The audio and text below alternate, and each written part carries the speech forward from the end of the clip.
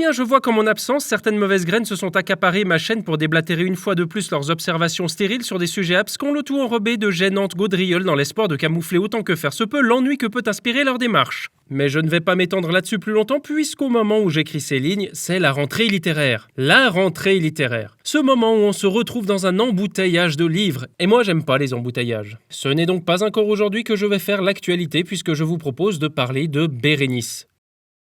Comment ça, laquelle? Celle de Racine, bien sûr. Comment?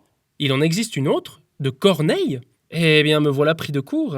Et une de Brasillac, le seul écrivain fusillé à la libération de la France pour intelligence avec l'ennemi? Eh bien, on va voir tout ça. Donc, l'histoire de Racine nous raconte l'histoire du couple Titus-Bérénice, amoureux fou, mais voilà, il y a un problème. Titus va être couronné empereur de Rome et Bérénice est reine de Judée. Deux régimes politiques qui ont donc un peu de mal à se marier. La pièce nous raconte alors la difficulté qu'a Titus de quitter Bérénice. En fait, je n'ai pas grand-chose à vous dire sur la pièce de Racine parce qu'elle est plutôt vide. Dès l'apparition de Titus, il nous dit qu'il va quitter Bérénice. Et à la fin, il quitte Bérénice. On a bien des rajouts avec Antiochus, mais qui ne servent à rien. Et l'ensemble de la pièce ne repose pas sur des actions, mais sur l'exaltation d'émotions. Et ça, Racine ne s'en cache pas. Pour répondre à ceux qui dénonçaient le vide apparent de sa pièce, comme l'abbé de Villars, il répondra que toute l'invention consiste à faire quelque chose de rien. Ça et d'autres trucs plus osés comme « ce n'est point une nécessité qu'il y ait du sang et des morts dans une tragédie. Il suffit que l'action en soit grande, que les passions y soient excitées, et que tous s'y ressentent de cette tristesse majestueuse qui fait tout le plaisir de la tragédie. » Ou encore, la principale règle est de toucher. Je ne sais pas si c'est courageux ou gonflé de démolir ainsi les règles et le sens de la tragédie, mais vu que cette défense est plutôt unique dans son œuvre, on va dire que c'est un peu de la mauvaise foi de sa part. Mais donc, si la pièce est dépouillée, que reste-t-il? En évacuant l'action,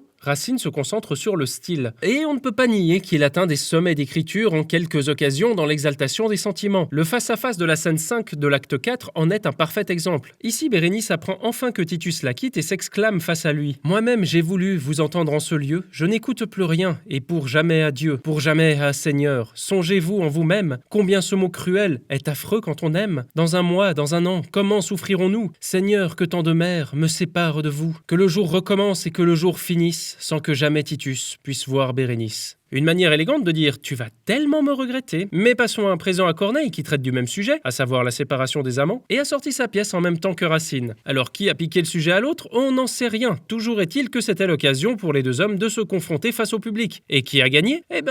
Racine a pété tous les scores. Mais il faut dire que Corneille l'a un peu cherché. Si la pièce de Racine était complètement épurée, la sienne est d'une complexité effrayante. En plus du couple Titus-Bérénice, qui ne peut pas être ensemble pour les mêmes raisons que chez Racine, nous avons le couple Domitie-Domitian. Il sera question de jeux d'alliance, de trahison, d'actions menées en hors-scène, d'enjeux politiques. Bref, une pièce difficile à suivre tant les actions sont nombreuses. Le tout est rédigé dans le genre très particulier de la comédie héroïque théorisée par Corneille lui-même, ce qui ne l'a pas aidé auprès du public. Malgré cela, je crois que je préfère la pièce de Corneille, car si elle mobilise moins mes émotions, elle m'emporte dans son intrigue. De plus, Corneille a le mérite d'essayer certaines nouveautés, alors qu'il a 64 ans et plus rien à prouver. Et maintenant, on va essayer de regarder calmement le cas de Brasillac, même si je sais que l'association Les Amis de Robert Brasillac est installée pas loin de chez moi. Si avec Racine et Corneille, la raison de la séparation était une cause de différence de régime politique, chez Brasillac, c'est un peu détourné. Titus doit quitter Bérénice parce qu'elle est juive. Et j'aimerais en profiter pour évoquer un phénomène intéressant. Lorsque j'avais dit que la pièce de Brasillac était antisémite sur un réseau social où la cordialité ne reste parfois qu'un concept au mieux abstrait, au pire fortement récusé, on m'avait répondu « Ouais mais non, ça reste ton interprétation ». Et je vous avoue que je n'aime pas trop cette tendance à relativiser systématiquement tous les avis, car d'un point de vue méthodologique, certains me paraissent plus pertinents que d'autres, comme ici, le mien. Mais je ne suis pas doté d'une clairvoyance hors du commun. Alors j'ai lu la pièce, dans ses deux versions, oui, car la version de Brasillac a été fortement, mais pas totalement, expurgée du caractère explicitement antisémite et est quasi introuvable aujourd'hui. J'ai lu les critiques de l'époque, dans un camp comme dans un autre, j'ai comparé les argumentaires au texte antisémite et la conclusion logique, c'est que,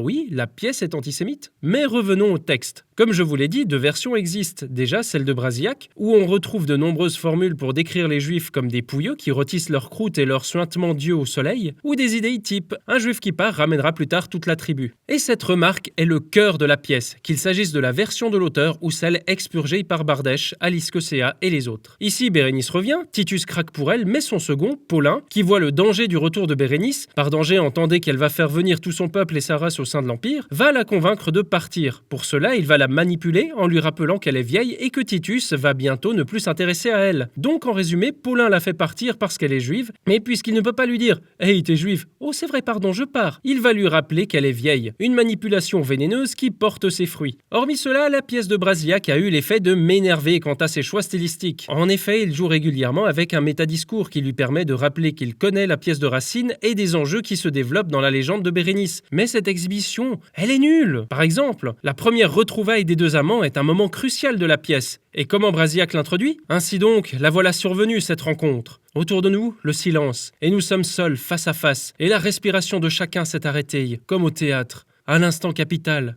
Fort bien. Mais plutôt que de nous exhiber les enjeux, ne faut-il pas nous les faire ressentir ? Racine, pour cela, renforce son vocabulaire à travers des hyperboles ou un champ lexical du sentiment fort. Ici, Brasillac nous suggère rien. Il le dit explicitement, et du coup, ça n'a plus aucun intérêt. Il est intéressant de voir comment une histoire reprenant le même thème, celui de la séparation forcée, peut servir des projets bien différents. On a d'un côté un exercice de style plutôt bluffant, de l'autre une exploration de l'action dans le récit, et le dernier s'intéressant moins à la forme qu'au fond, la transformation d'un mythe en idéologie. Donc si je devais vous conseiller une de ces trois pièces, ce serait celle de Racine, qui donne l'occasion de se concentrer sur le style et de ce côté, c'est une belle réussite. Et maintenant, je vais faire mon Titus et vous quitter. Mais heureusement, vous dire au revoir ne signifie pas que vous deviez quitter mon royaume. Au contraire, restez-y. Il y a plein de choses encore à y explorer. Mais si cette séparation vous blesse au plus haut point, n'hésitez pas à m'écrire, car je vous aime et ne peux m'empêcher de répondre à chacun de vos appels. Et nous avons encore tant de choses à partager, vous et moi. Enfin, vous, je ne sais pas, mais moi, oui.